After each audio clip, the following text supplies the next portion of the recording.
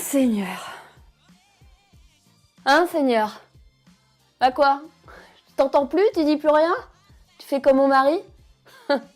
Après tous les efforts que j'ai faits pour lui dire franchement tout ce qui n'allait pas, la communication, tu parles, ça marche pas. J'ai plutôt l'impression d'être devenue sa boniche. Qu'est-ce que je fais? Je passe mon temps à m'occuper des gosses, à faire le ménage, à ranger toutes ses affaires dans le salon, et en plus il a le culot. De quoi? De me demander où je les ai planquées, ces affaires. Bah tiens, je les ai pas planquées, je les ai rangées à leur place, mais pas sur le canapé. Là, c'est pareil, la table basse, qui c'est qui va passer son temps encore à tout nettoyer? Non mais sérieux, Seigneur, j'ai vraiment l'impression de m'être fait avoir sur la marchandise. Il y a 12 ans, j'avais un prince charmant, prévenant, qui s'occupait de moi, qui m'attendait, qui venait me chercher, qui m'envoyait des SMS brûlants d'amour. Et 12 ans après, 2 gosses après, c'est quoi? C'est devenu un bidochon qui met toujours le même t-shirt délavé, son jean rose là. Et quoi? Qu'est-ce qu'il fait? Je sais pas, il passe son temps dans son garage à faire je sais pas quoi. C'est simple, j'ai l'impression d'être devenu un meuble. Un meuble. Tout ce qu'il me dit, la seule conversation qu'on a, c'est qu'est-ce qu'on mange ce soir? Qu'est-ce qu'on mange? Non mais sérieux, c'est une blague? Qu'est-ce qu'on mange? Je suis pas sa mère. Non, Seigneur, vraiment. Je te prie vraiment, s'il te plaît, mais un petit retour en arrière de pas grand-chose. 12 ans, juste 12 ans pour retrouver mon prince charmant. Hein? On dit que rien n'est impossible à Dieu, alors j'ai envie de te faire confiance, Seigneur. Amen.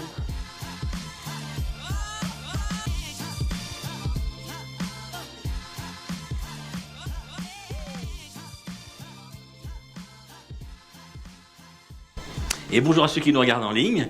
J'aime ces intros qui tout de suite détendent, tout en disant pas mal de vérités. C'est intéressant. J'espère que vous allez bien. Moi, je vais plutôt pas mal. Je suis assez content de cette série parce que j'ai des retours assez intéressants. Je m'adresse pas mal en fait aux célibataires et aux jeunes. Donc il y en a quelques-uns qui sont là-devant. Il y en a d'autres qui sont par là. Et en fait, j'ai pas mal de retours de couples mariés. Donc c'est marrant en fait. Ouais, faut croire que tout le monde se sent un peu concerné par la chose. Une belle série. Amour, sexe et rencontres.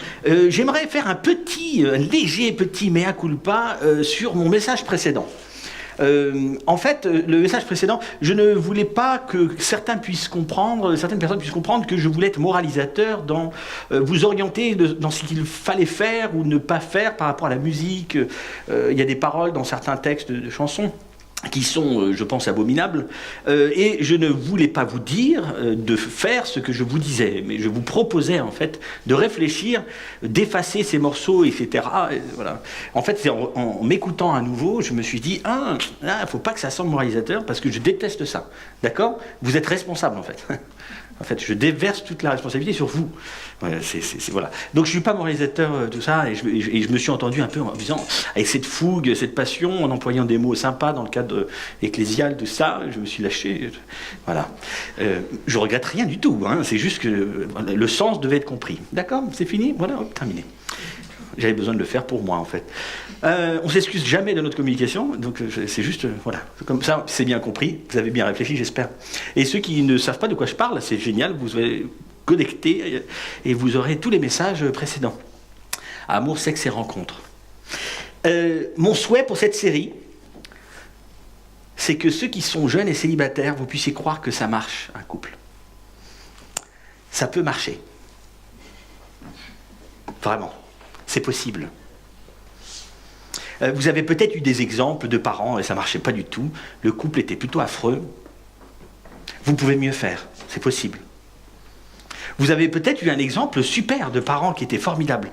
Un couple génial. Et vous pouvez peut-être vivre la même chose. Ce n'est pas juste quelque chose du passé qu'on ne peut pas revivre. C'est possible. C'est ça mon souhait en fait, dans cette série. C'est qu'on puisse croire en fait que c'est possible. Ça ne veut pas dire que c'est facile. Mais c'est possible de vivre quelque chose de formidable. Et dans les différents messages que nous avons déjà vues.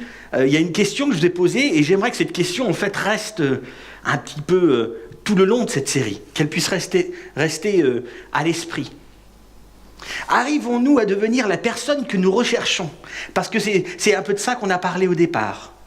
On cherche, et j'ai un peu brisé, cassé, piétiné un petit peu le mythe de la bonne personne. On cherche la bonne personne, et c'est drôle parce que certains ont cherché la bonne personne et se sont retrouvés plusieurs fois à côté peut-être d'une bonne personne, mais qui n'étaient pas du tout intéressés par eux, qui recherchaient la bonne personne parce qu'eux-mêmes n'arrivaient pas à être la bonne personne que l'autre recherchait. Bonne. Vous avez compris ? L'idée globalement c'est que c'est beau de rechercher la bonne personne, mais et si nous on commençait d'abord par l'être, cette bonne personne, ce serait déjà pas mal. Lors du deuxième message, j'ai parlé un petit peu de cette notion qui venait de cet écrit de celui qu'on appelle l'apôtre Pierre, qui a accompagné Jésus et qui a écrit, et qui parlait dans ce contexte à l'époque d'abord de comment les hommes devaient traiter les femmes. Parce que c'était pas forcément super top. Aujourd'hui, ça n'a pas forcément changé, toujours, mais il y a aussi parfois l'inverse. Et toute l'idée qui était là, c'était de traiter l'autre avec respect. Traiter les femmes avec respect, traiter les hommes avec respect. C'était dans ce sens-là que je disais que si vous écoutez un petit peu trop des chansons qui ont des paroles qui sont terribles et qui nomment les femmes de manière dégoûtante, il faut peut-être arrêter. Parce qu'à force, ça nous filtre. Traitez-les avec respect. Alors on a parlé un peu d'amour, on a parlé de rencontres et aujourd'hui on va parler un peu de sexe. Stop, la sexualité. En fait, ce que je trouve assez incroyable, c'est qu'on parle beaucoup de sexualité, on parle beaucoup de sexe partout en fait, autour de nous, dans les médias, les journaux, partout dans les rues, les blagues entre copains, et tout ça, des trucs sympatoques. Et c'est pas réservé aux mécanos, hein. C'est chez tout le monde, hein. Mais on en parle beaucoup, mais on n'en parle pas beaucoup dans le cadre de l'Église. Pas assez souvent. Et du coup, ce serait peut-être pas mal, hein. Et c'est pour ça qu'on a Amour, Sexe et Rencontres. Et aujourd'hui, je vais parler spécifiquement de la sexualité et du sexe. Alors, les jeunes qui sont là, je suis très heureux. Il y en a certains qui sont connectés à ma vie, mes enfants, d'autres ne le sont pas. Il y a une phrase aussi que j'ai aimé employer et que je continuerai, c'est que ce que vous faites aujourd'hui dans le présent deviendra dans votre futur votre passé. Ce que vous faites aujourd'hui dans votre présent deviendra un jour votre passé et ce sera votre futur, ce moment-là. Et ce passé, donc le présent d'aujourd'hui, ce passé-là, dans l'avenir, viendra, apparaîtra, surgira à un moment que vous n'aviez pas prévu en fait. Et le passé revient à la surface. Ce sera le présent du futur. Que le présent d'aujourd'hui sera votre passé. Vous pourrez réécouter la bande. Normalement, tout est dans l'ordre. J'aimerais aborder aujourd'hui un autre mythe.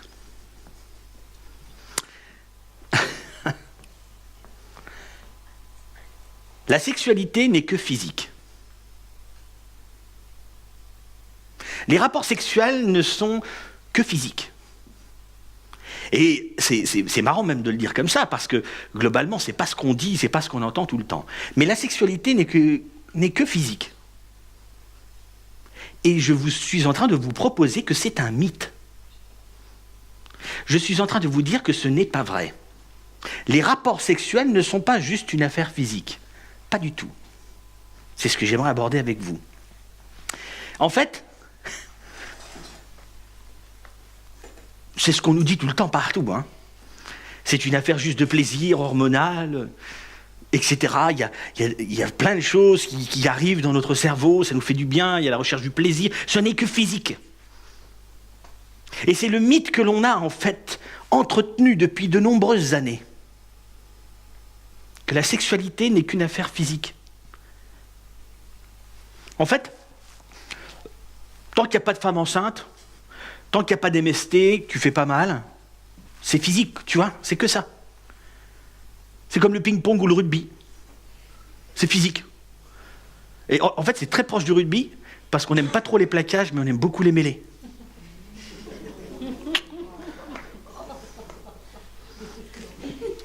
Je parle de sport, évidemment.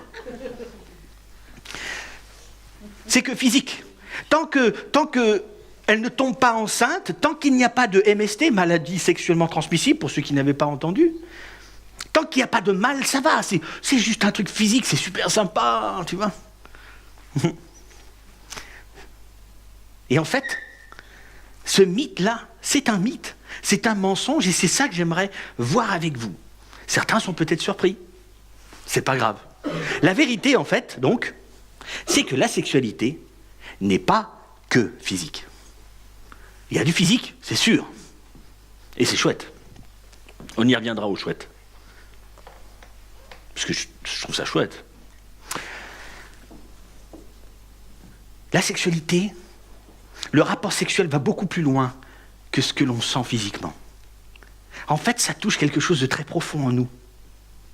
Notre être, notre identité, notre âme, jusqu'à notre esprit. C'est assez incroyable l'impact que ça peut avoir. La sexualité est quelque chose de immense. Ça a une portée incroyable. Et du coup, pour bien faire comprendre tout ça, je vais m'asseoir parce que je vais devoir lire des choses qui sont un peu dures. Mais pour bien comprendre que la sexualité n'est pas que physique, je vais vous poser 2 questions. Et l'idée n'est pas de répondre. Pas vraiment. L'idée, c'est de réfléchir. Parce qu'en fait, on pourrait ne pas avoir une réponse unanime sur ces questions. Mais ça va juste appuyer le fait que la sexualité n'est pas qu'une affaire de physique, une activité physique. La sexualité est connectée à la personne, à mon identité, à mon être intérieur. Alors la première question est celle-ci. À votre avis, pourquoi est-ce qu'un enfant qui a été abusé sexuellement, pourquoi est-ce qu'un enfant qui a été abusé sexuellement, lorsqu'il commence à réaliser ce qui lui est arrivé, lorsqu'il devient adulte, pourquoi, à votre avis, il n'arrive pas, il a du mal à se débarrasser de tout ça? Pourquoi il n'arrive pas à se débarrasser de ces dégâts, de tous ces dégâts? Pourquoi il a du mal à reconnecter les morceaux? À votre avis, pourquoi? Vous pensez que c'est juste physique?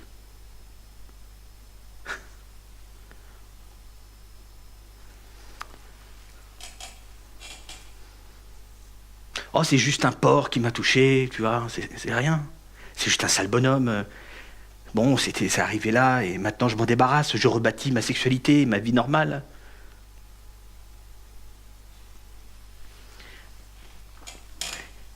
Parce que la sexualité, c'est bien plus que du physique. Ça va beaucoup plus loin là-haut. J'ai une autre question. Pourquoi est-ce que le viol est beaucoup plus dévastateur que d'être battu? Pourquoi est-ce que le viol est beaucoup plus dévastateur que recevoir des coups? Parce que si c'était que physique, ce qui s'est passé, si c'était que ça, bon, bah t'as pris une mandale dans la tronche, c'est bon. On avance. Si c'était que ça. Mais ça n'est pas que ça. Une femme qui a subi des coups, qui a pris des coups, ou des bonhommes qui ont pris des coups, il y a des moments où on arrive, pas assez, à le déclarer, à le dire, mais parler du viol que l'on a vécu, c'est tout autre chose. Parce que l'impact est terrible. Pourquoi est-ce que vous pensez que les hommes qui ont les plus grands problèmes avec leur sexualité, ou qui ont des comportements divergents, addictifs au niveau sexuel, pourquoi pensez-vous que ce sont des hommes, quasiment tous, qui n'avaient pas de relation avec leur père, ou qui avaient des relations extrêmement distantes avec leur père? Pourquoi pensez-vous?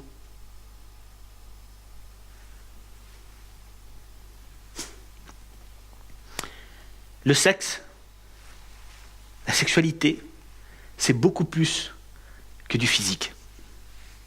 Beaucoup plus. Notre culture ne fait pas la promotion de ce que je suis en train de dire, évidemment. Parce qu'on est juste dans une recherche de plaisir immédiat que l'on sent dans notre corps.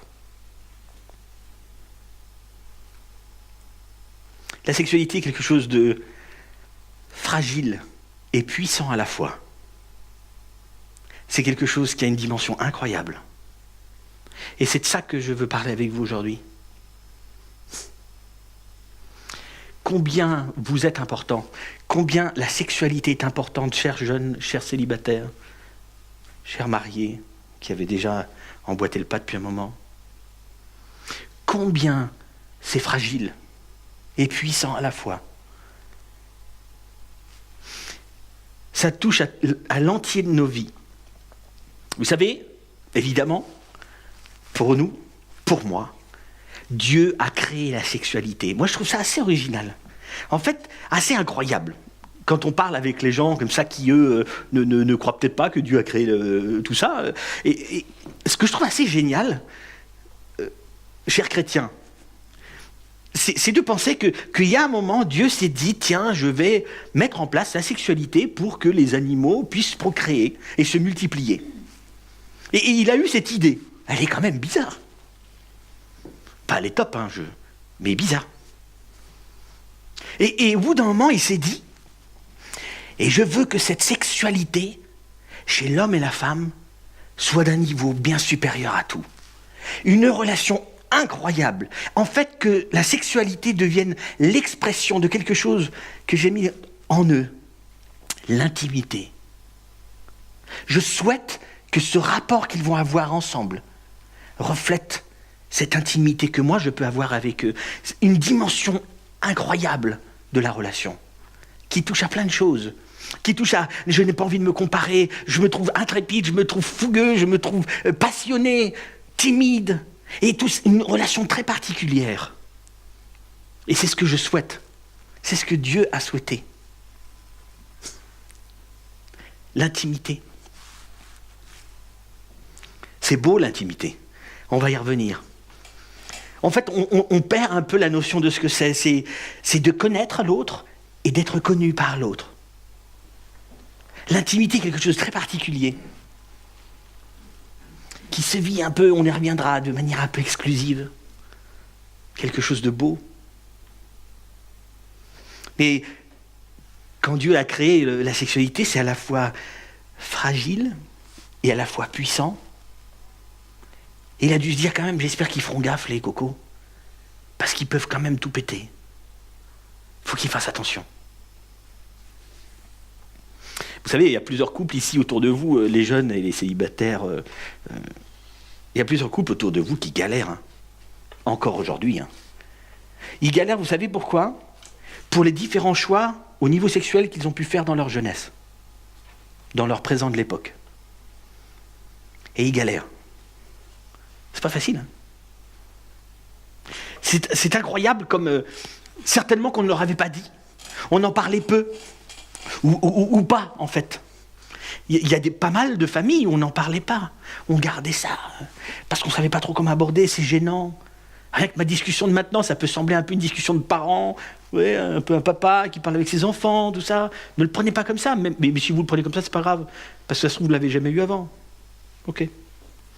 Peut-être qu'on ne leur avait pas dit. Que c'est quelque chose de fragile et puissant à la fois. Que c'est quelque chose qui touche à beaucoup plus de dimensions que juste mon corps. Et vous savez, les jeunes, ceux qui sont célibataires ou ceux qui sont de nouveau célibataires et qui ont peut-être un vécu qui a mal tourné, vous avez la possibilité d'agir différemment. C'est possible. On peut agir différemment. On peut changer les choses. C'est possible. C'est difficile, mais on peut. La Bible parle donc de sexualité. En fait, c'est très étonnant de s'imaginer aujourd'hui qu'on ne sait pas, en fait, ces choses-là. La Bible en parle depuis plus de 2000 ans. Depuis plus de 2000 ans, Dieu a proposé des choses au travers des écrits de ses différents auteurs. Et il propose de réfléchir à ce sujet et de voir le pourquoi de l'importance de la sexualité. Que cette sexualité a une dimension qui est bien supérieure au physique. Ça touche notre être, notre âme, notre esprit. Alors aujourd'hui, pour ceux qui ne croient pas, ceux qui ne confessent pas que Jésus-Christ est mort pour leurs péchés, qu'il est ressuscité d'entre les morts et qui souhaitent le suivre, peut-être que vous qui avez peut-être du mal avec une espèce de morale chrétienne ou avec un esprit religieux ou autre, peut-être que ça va vous conforter aujourd'hui le message. Mais j'aimerais aussi quand même vous surprendre dans votre vision de tout ça. C'est que, historiquement, les religions sont plutôt débauchées.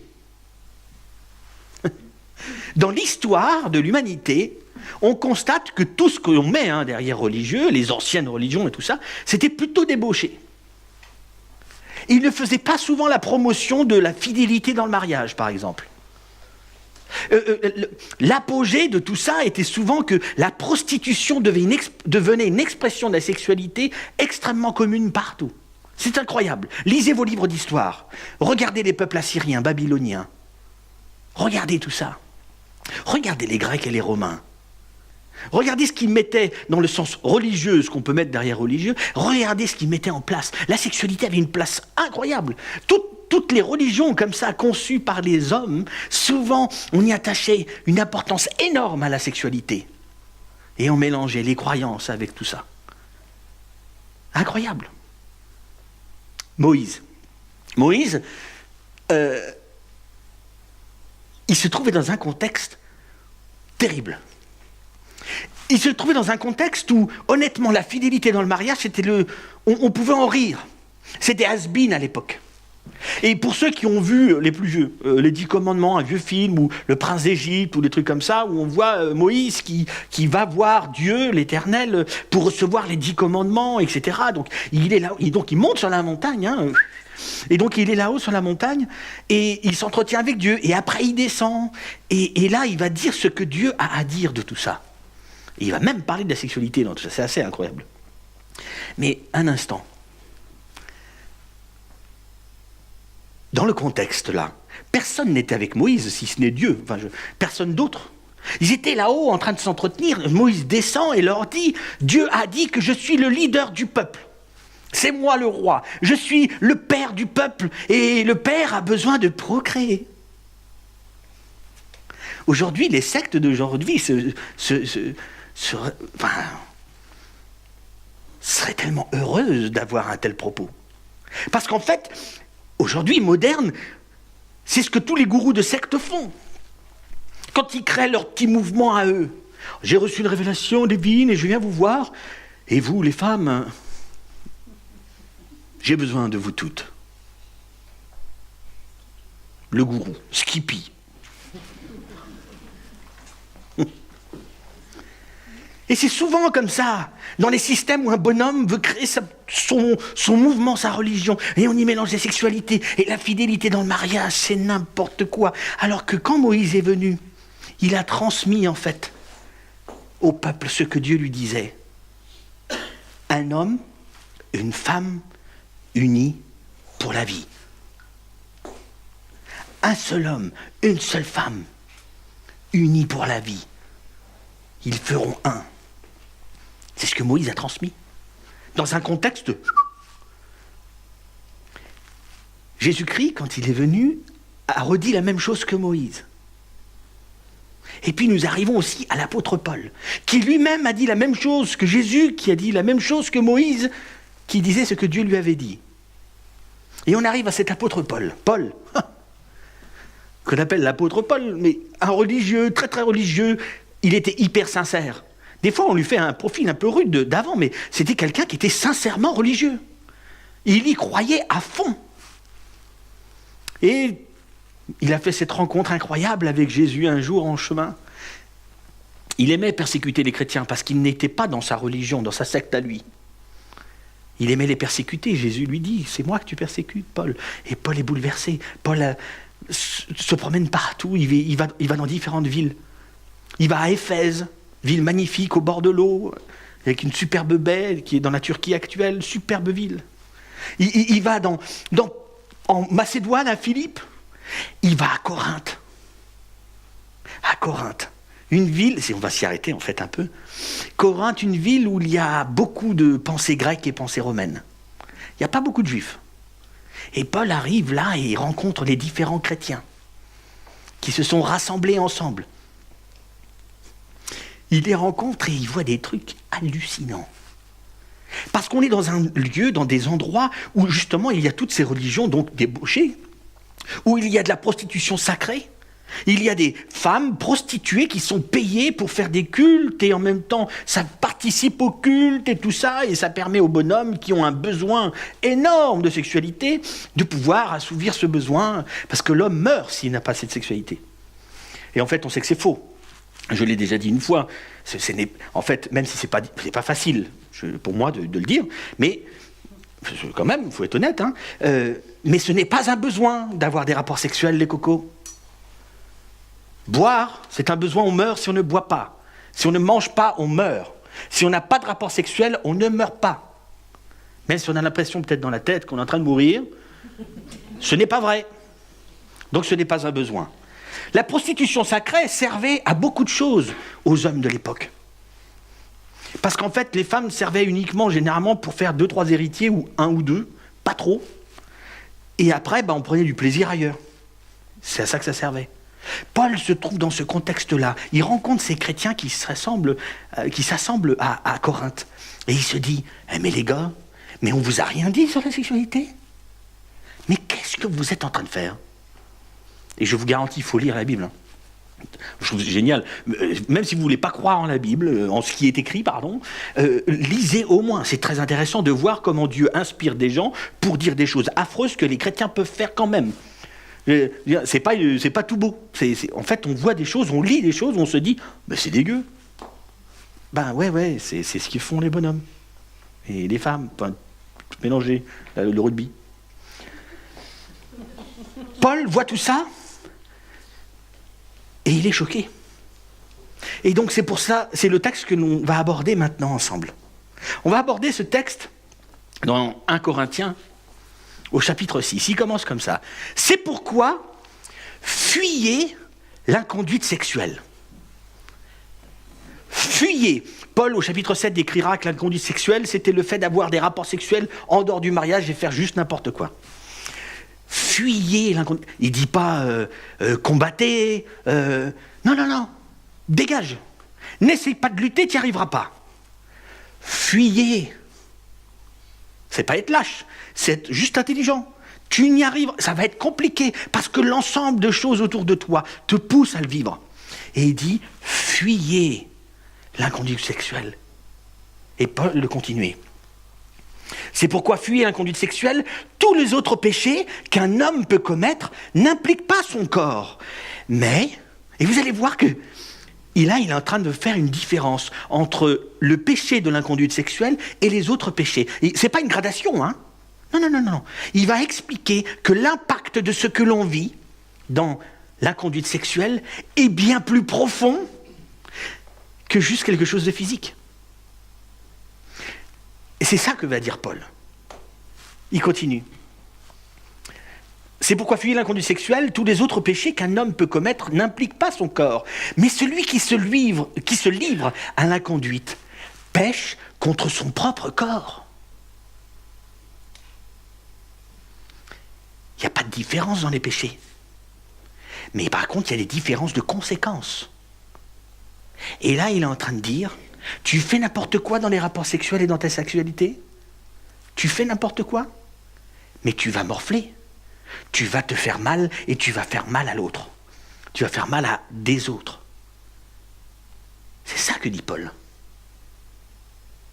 Il est en train de dire que la sexualité n'est pas que physique. C'est bien plus que ça. Paul va dire juste avant ceci. Ignorez-vous qu'un homme qui s'unit à une prostituée devient un seul corps avec elle? S'unir? Non, mais attends, c'est quand même un mot qui est quand même important, s'unir. C'est coller, c'est être ensemble, c'est pas séparer. C'est essayer de séparer des légumes dans une ratatouille. C'est pas possible. S'unir, c'est un mot un peu fort. Quand je suis allé voir la prostituée sacrée, c'est simple, j'ai donné, ce qu'il fallait. On a fait un petit truc religieux machin, et après, tu vois, et après je suis rentré à la maison. C'est tout. C'est que physique, Paul. Je me suis pas uni. Uni. C'est énorme. Mais c'est pas ça que j'ai vécu. Si. Paul qui continue. Car il est écrit, les deux ne feront qu'un seul. Les deux ne feront plus qu'un. Parce que la sexualité, c'est beaucoup plus que juste un rapport physique. C'est beaucoup plus que ça. Et Dieu souhaite que ce soit bien plus. Une unité inséparable. Et ce que Dieu a uni, on ne peut le désunir, normalement. Un homme, une femme, pour la vie, normalement. Alors fais attention à ce que tu fais, dit Paul à ces gens. Tu vas voir les différentes procédures. Tu es en train de t'unir avec toutes. Tu es en train de t'unir avec toutes ces personnes-là. Et au fur et à mesure que tu fais ça, tu es en train d'éroder le facteur intimité que tu as en toi. Et plus le temps avance, moins tu auras de l'intimité dans ce rapport sexuel. Parce que ça devient que physique. Et donc après, tu vas essayer un jour, marié, peut-être, d'avoir de l'intimité avec l'autre, mais elle est où l'intimité? Elle a disparu. Parce que cette exclusivité de relation est partie en fumée. Paul de continuer. Ou bien encore, alors ignorez-vous, il le dit souvent. Globalement, les gars, ils étaient un peu neuneux. Hein, ils ont du mal à se rappeler. Mais nous pas. Nous, on se rappelle bien des choses. Mais, ou bien encore, ignorez-vous que votre corps est le temple même du Saint-Esprit? Là, il s'adresse à ceux qui se disent chrétiens. Vous savez que vous êtes habités par l'Esprit que Dieu a mis en vous? C'est important, hein? Votre corps est bien plus que juste un bout de viande avec du sang dedans.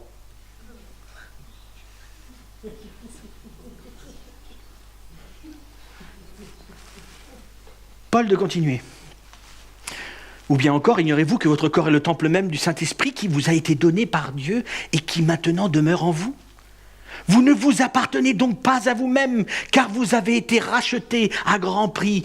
Depuis que tu es devenu chrétien, que tu crois que Jésus-Christ est mort pour ton péché, qu'il est ressuscité d'entre les morts et que tu souhaites le suivre, ton corps ne t'appartient plus et Dieu est dans ce corps. Tu ne peux pas faire n'importe quoi. Tu ne peux plus faire n'importe quoi. Tu n'aurais jamais dû faire n'importe quoi. La sexualité, c'est bien plus que quelque chose de physique. Et Paul va conclure. Il va conclure avec ces quelques mots balèzes. Honorez donc Dieu dans votre corps. Honorez donc Dieu dans votre corps. Honorez Dieu dans votre corps. C'est la question en fait qu'on doit se poser. La question qu'on devrait tous se poser en fait. Toi qui es en train de chercher ton identité, les hormones qui partent, machin, ton corps qui change, tout ça, nanana. Comment est-ce que je peux arriver à honorer Dieu dans mon corps? Toi qui as déjà un vécu et qui ne sais pas comment rebâtir, nanana, comment tu peux arriver à honorer Dieu dans ton corps? Toi qui viens de t'installer dans la région parce que tu as voulu quitter ce passé là, loin, comment est-ce que tu vas réussir à honorer Dieu dans ton corps? Comment est-ce que l'on réussit à honorer Dieu dans notre sexualité?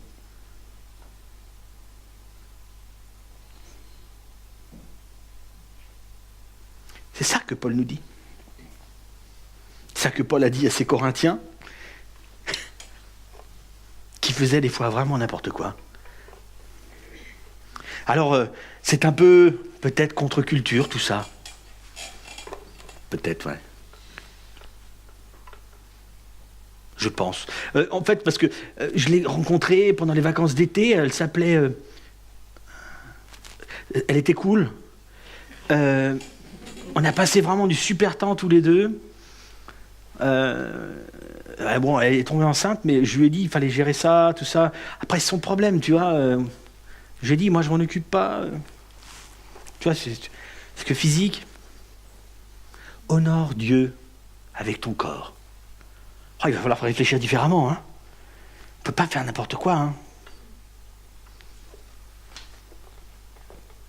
Honore Dieu avec ton corps. Mais en fait, tout ça, c'est toi qui le penses, Lorenzo. Mais en matière de sexualité, en fait, il s'agit juste de préférence.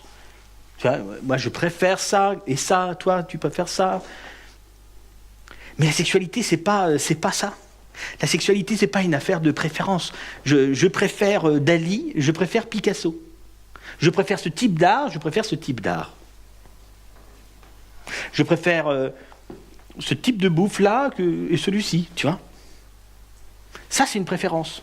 Parce qu'une préférence, il n'y a pas de prévisibilité de ce qui va se passer. Il n'y a pas de conséquences. Si tu aimes cet art-là et moi celui-là, tout va bien. Alors que dans notre sexualité, c'est très prévisible ce qui se passe. C'est plutôt de dire, moi j'aime manger hyper gras et hyper sucré. On sait ce qui va se passer. C'est assez prévisible. Moi j'aime rester assis derrière mon bureau et jamais bouger. On sait ce qui va se passer. C'est pas une préférence. C'est prévisible. Et c'est la même chose pour la sexualité. Et ce que tu vis dans ton présent aujourd'hui sera un jour ton passé. Oui. Fais attention. Et vous, chers jeunes, vous, chers célibataires, vous, chers re-célibataires, il ne s'agit pas juste d'une préférence. C'est beaucoup plus grand. Il y a beaucoup plus d'impact, il y a beaucoup plus de conséquences dans ce que l'on fait avec notre corps. L'autre chose qui pourrait être un peu contre-culture, c'est que, en fait, pour bien faire dans les rapports sexuels, il faut pratiquer. Si tu pratiques bien, beaucoup, t'assure, t'es bon. C'est ce qu'on nous transmet, hein, évidemment. C'est drôle de parler de ça ici, hein, c'est marrant, je trouve ça drôle. En fait, on est mariés et on se parle. Eh chérie, je suis hyper contente. Parce que tu as couché avec tellement de filles, ça va être top entre nous. Et tu sais que tu as eu tellement de partenaires, ça va être vraiment top. Hein. On va pouvoir faire des concours, hein, tous les deux. Ça va être excellent. C'est génial, non? On est tous d'accord. C'est drôle parce que l'on soit chrétien ou pas, on est tous en train de se dire, bah non. Ou alors on est un peu fiers. C'est drôle parce que je suis souvent avec plein de bonhommes et des fois il y a une espèce de fierté, hein, devant tous. Et après il y a la vraie vie. J'ai quand même les boules, c'est difficile. Non mais je dis ces conneries-là, c'est parce que c'est pour être cool avec les copains. On n'oserait pas, on n'aimerait pas avoir ce type de discussion avec sa femme, avec son mari. Non, c'est sûr que non. Il y a une autre chose qui peut-être pas dans notre culture, hein, mais la romance, la passion de l'intimité, le mariage, est quelque chose qui se vit dans l'exclusivité. Et c'est un mot que j'aime beaucoup, la relation exclusive, parce que souvent, j'ai souvent conseillé à des personnes, dit à des personnes, une relation exclusive dans l'amitié, par exemple, c'est quelque chose de très mauvais. Je me suis toujours dit ça. Mais dans le couple, la romance, l'intimité se vit dans une relation exclusive. Quelque chose de beau, que je garde. Tu sais, je me suis gardé pour ça. Pour garder ça que entre nous. Alors j'ai jamais rien pratiqué, je connais rien. La compatibilité sexuelle, je sais pas trop comment ça va marcher entre nous. Mais c'est génial. Se marier ignorant ensemble, c'est génial. On découvre tout ensemble. C'est top. Et ça reste là, dans l'exclusivité de la relation du couple. Et on garde ça entre nous. C'est là où s'exprime la romance. C'est là où s'exprime la confiance. Il voyage. J'ai pas de crainte de quoi que ce soit. Elle rentre plus tard, elle m'a toujours pas appelé. Elle est normalement chez ses copines. Non, mais elle est chez ses copines. Notre relation exclusive va permettre que la confiance se vit, que le respect se vit, l'honneur mutuel se vit, l'amour se vit. La romance, le mariage, l'intimité se vit dans une relation exclusive. Depuis bien longtemps, j'ai prié pour eux, pour toi, et je connaissais pas ton nom. Et un jour, je t'ai rencontré, et on s'est mariés. La relation exclusive. Alors, les jeunes et les moins jeunes, ceux qui sont peut-être encore seuls. Je vais vous proposer 2 activités physiques.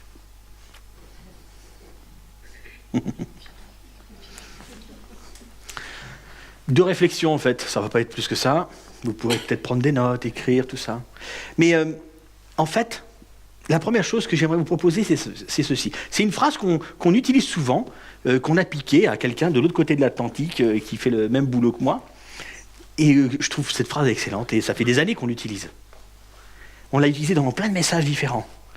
Mais je vous propose vraiment de réfléchir à ça. Déterminez quelle histoire vous voudriez raconter. Vous tous, jeunes et moins jeunes, célibataires, déterminez quelle histoire vous voudriez raconter. J'étais à la fac, j'ai rencontré un tas de nénettes, c'était un truc de ouf. Putain, on a vécu des soirées d'infirmières. C'était top. Ou alors, un jour, un gars sur scène qui parlait, et je me suis dit, peut-être que la réflexion pourrait être pas mal de... Et si j'attendais ? Et si je me gardais pour avoir une relation magnifique, exclusive avec une personne qui ferait pareil ?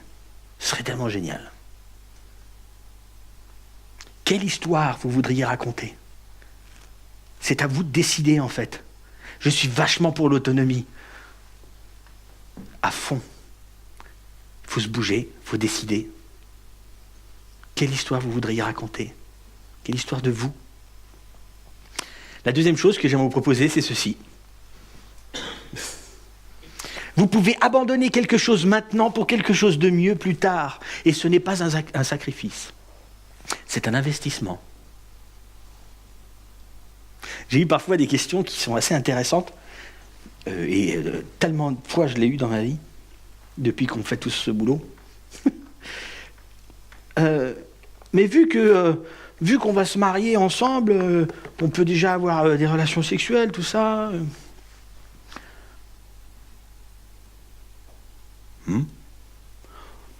Écoute, c'est à toi de répondre. C'est ce que je réponds. C'est à toi de répondre.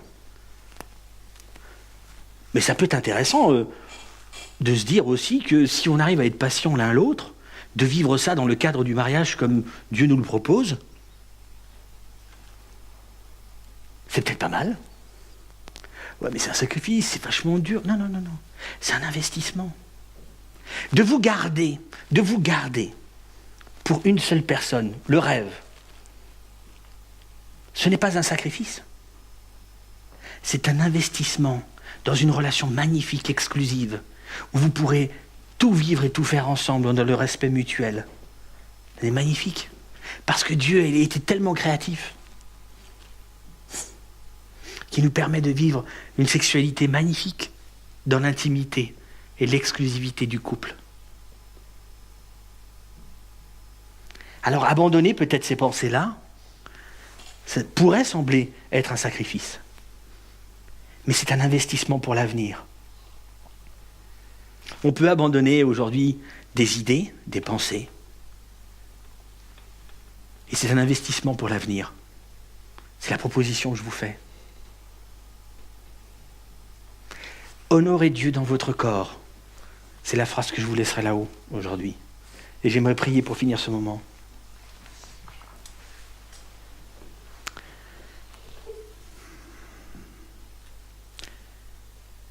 Mon Dieu, mon Père céleste, merci pour cette création. Merci pour ce que tu as fait en nous. Merci pour nos corps. Merci pour tous ces vécus que nous pouvons avoir. Merci pour cette sexualité que tu nous permets de vivre. Tu nous proposes de vivre ça dans un certain cadre. Que nous puissions le vivre, que nous puissions nous épanouir. Et si on n'a pas fait comme il fallait, et si on se sent coupable, on avance. Tu ne vas pas nous juger particulièrement durement pour ça, à cause de ça, à cause des mauvais choix que l'on a pu faire, parce que tu nous accordes le pardon. Tu nous aimes. Ça ne change pas l'amour que tu as pour nous. Mais là où moi je me suis peut-être fait mal dans ma vie, à cause des mauvais choix que j'ai pu faire, répare tout ça en moi, s'il te plaît. Ce que j'ai pu subir dans ma vie, ce que certains ont pu subir dans leur vie, où on les a blessés, on leur a fait du mal. Je te demande, s'il te plaît, de réconforter, d'apporter la paix à ces personnes qui ont subi des choses qu'ils n'auraient jamais dû subir. Parce que la sexualité, c'est beaucoup plus que du physique. Merci, mon Dieu, de nous encourager chacun. Merci de nous permettre de nous épanouir chacun. Et je te demande vraiment de faire du bien à toutes les personnes qui sont ici, qui nous regardent. Que tu puisses nous encourager. C'est au nom de Jésus-Christ que je te prie. Amen.